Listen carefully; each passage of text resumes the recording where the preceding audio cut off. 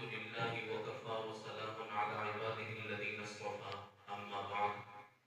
أعوذ بالله من الشيطان الرجيم بسم الله الرحمن الرحيم وأطيعوا الله وأطيعوا الرسول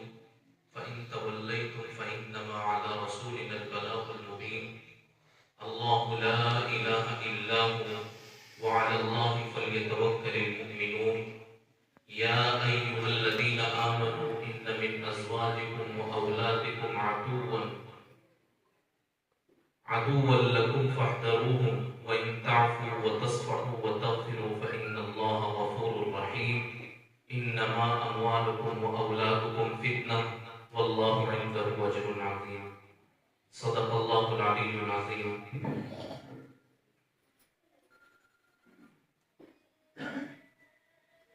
صدر محترم حضرات علماء کرام،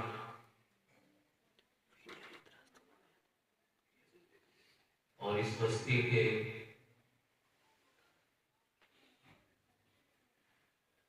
قابل احترام مسلمانوں، پیارے بچوں اور بچیوں، ہمارے اور آپ کی معاشرے کی اور سماج کی جو ضرورت ہے اور ضرورت کی جو باتیں ہیں وہ ابھی قوم کے سرپرستوں نے، بڑوں نے، بزرگوں نے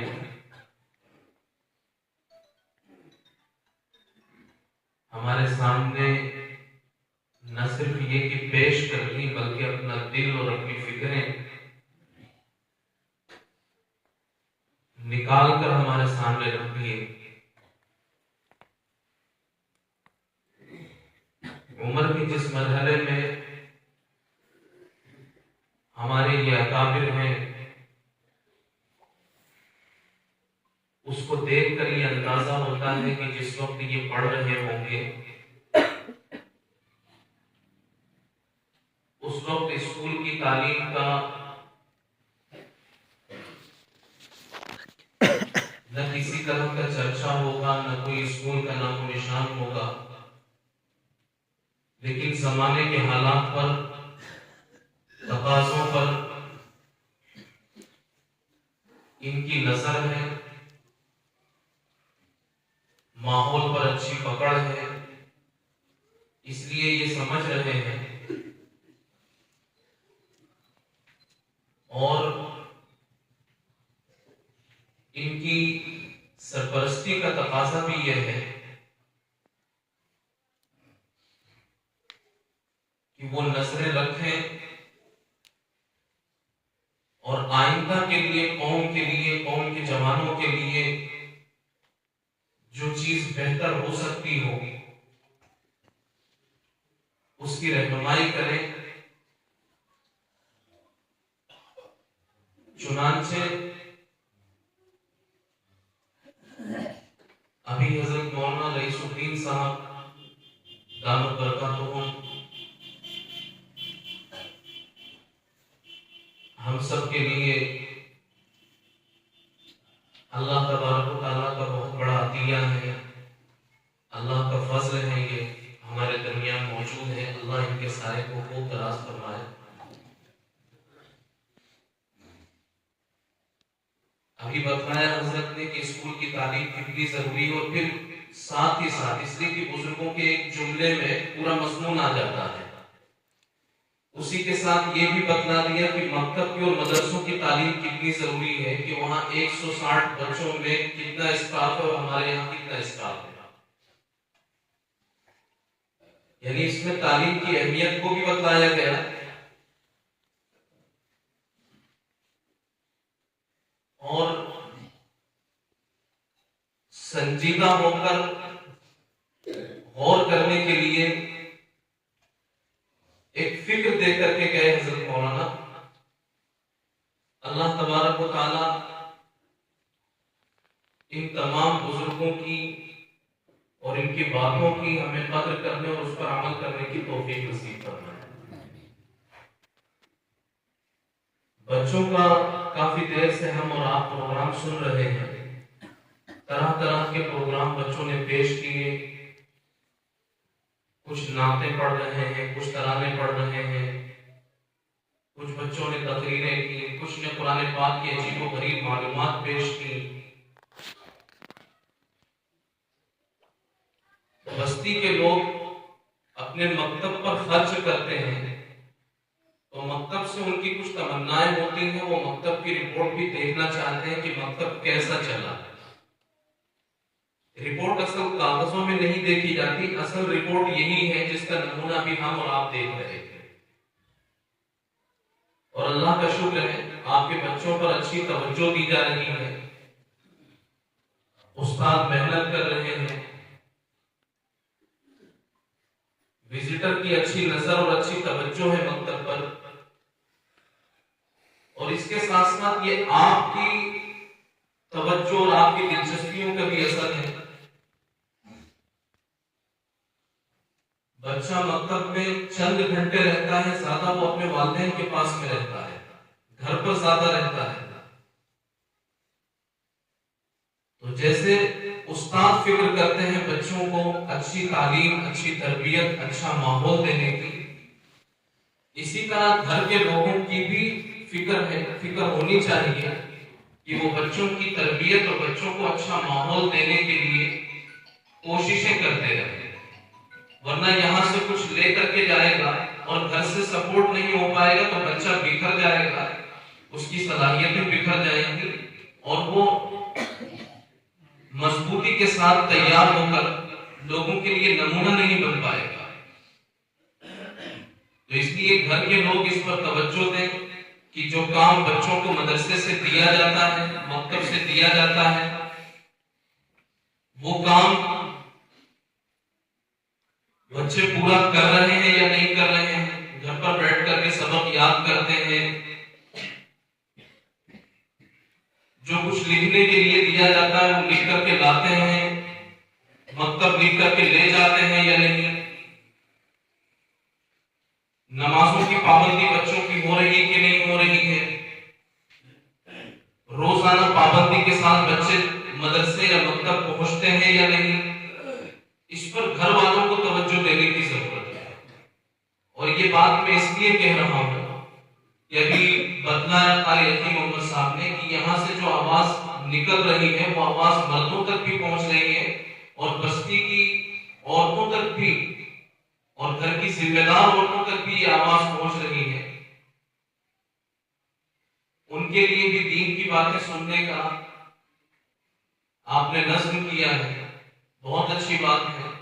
تو یہ بات اسی لیے کہی جا رہی ہے کہ بچوں کی تربیت زیادہ تر ماؤں سے اور گھر کی عورتوں سے متعلق ہوتی ہے، تو وہ بھی اس بات کو سن رہی ہوں گی اور انہیں بھی توجہ دینا چاہیے کہ بچے جو کام مدرسے یا مکتب سے لے کر کے گھر پہنچ رہے ہیں اس کام کو پورا کر کے مکتب واپس آتے ہیں یا ویسے ہی چلے جاتے ہیں جیسے گھر پہنچے ویسے ہی واپس مکتب آتے ہیں۔ تو گھر کے لوگوں کو بھی توجہ دینے کی ضرورت ہے۔ بہرحال قرآن پاک کی کچھ آیات میں نے آپ کے سامنے پڑھی ہیں، اس میں اللہ تبارک و تعالیٰ نے فرمایا کہ اے لوگوں تم اللہ کی اور رسول کی اطاعت کر لو، فَإِن تَوَلَّيْتُمْ اگر تم بات مان لو گے تو ٹھیک ہے، اور اگر تم روگردانی کرنے لگو گے، بات ماننے سے انکار کرو گے، انکار کرنا کبھی زبان سے ہوتا ہے اور کبھی نہ ماننا بھی انکار کرنا ہوتا ہے، تو اگر تم بات نہیں مانو گے، رسول پر رسول کی بات سن کر کے اس کو انسنا کر دو گے، تو تم جان دو فَإِنَّمَا عَلَى رَسُولِنَا الْبَلَاغُ الْمُبِينُ ہمارے پیغمبروں پر تو واضح پیغام پہنچا دینا ہے، اس سے زیادہ ان کی کوئی ذمہ داری نہیں۔ اللہ کا کلام، رسول کا فرمان یہ ہم اور آپ تک پہنچ چکا ہے، اب ہماری ذمہ داری ہے کہ ہم اللہ کے کلام کو، رسول کے فرمان کو مان کر کے چلیں۔ یہ قرآن پاک یہاں لا کر کے رکھ دیے گئے، قرآن پاک کی تکمیل ہونے والی ہے۔ قرآن پاک کا کیا پیغام ہے؟ قرآن پاک کا مختصر سا پیغام یہ ہے کہ قرآن پاک یہ اللہ سے جوڑنے والی کتاب بھی ہے اور لوگوں کو آپس میں جوڑنے والی کتاب بھی ہے۔ ہماری بستی میں مکتب ہے، قرآن پاک کی تعلیم ہو رہی ہے، لیکن اس کے باوجود ہم اللہ تبارک و تعالیٰ سے نہیں جڑ پا رہے ہیں، ہمارے دل آپس میں نہیں جڑ پا رہے ہیں، تو اس کا مطلب یہ ہے کہ ابھی اس قرآن پاک کی تعلیم کا پوری طریقے سے مقصد ہم نے پورا نہیں کیا۔ اس تعلیم کا مقصد اس وقت پورا ہوگا جبکہ بستی کے لوگ اللہ سے بھی جڑ جائیں اور آپس میں بھی ان کے دل جڑے ہوئے ہوں۔ اس لیے کہ قرآن کریم اللہ کا یہ کلام، اس میں جوڑنے کی صلاحیت اللہ پاک نے رکھی ہے۔ اور ابھی یہ جو لاک ڈاؤن کا زمانہ گزرا ہے،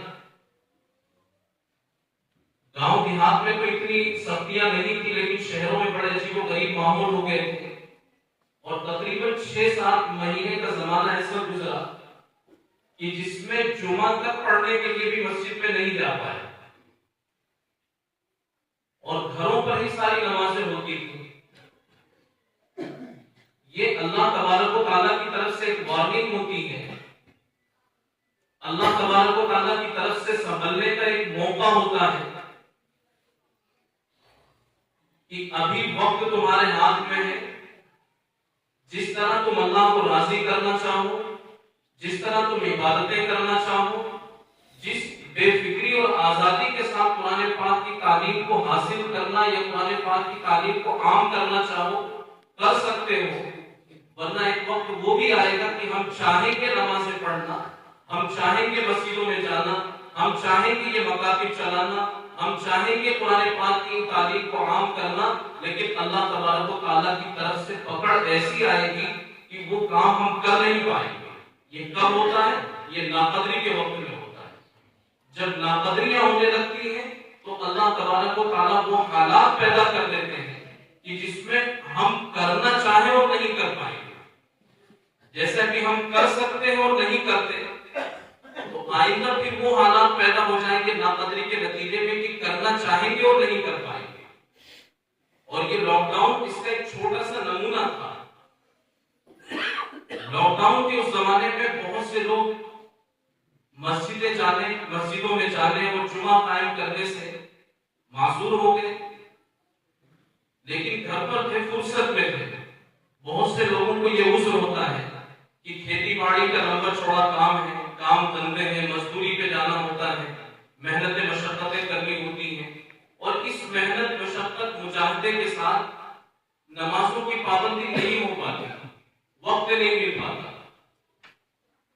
تو ایک بات ہمیشہ یاد رکھیں، یہ لاک ڈاؤن نے واضح کر دیا ہے کہ عبادت یہ مہلت سے اور فرصت سے نہیں ہوتی، اللہ تبارک و تعالیٰ کی توفیق سے ہوتی ہے۔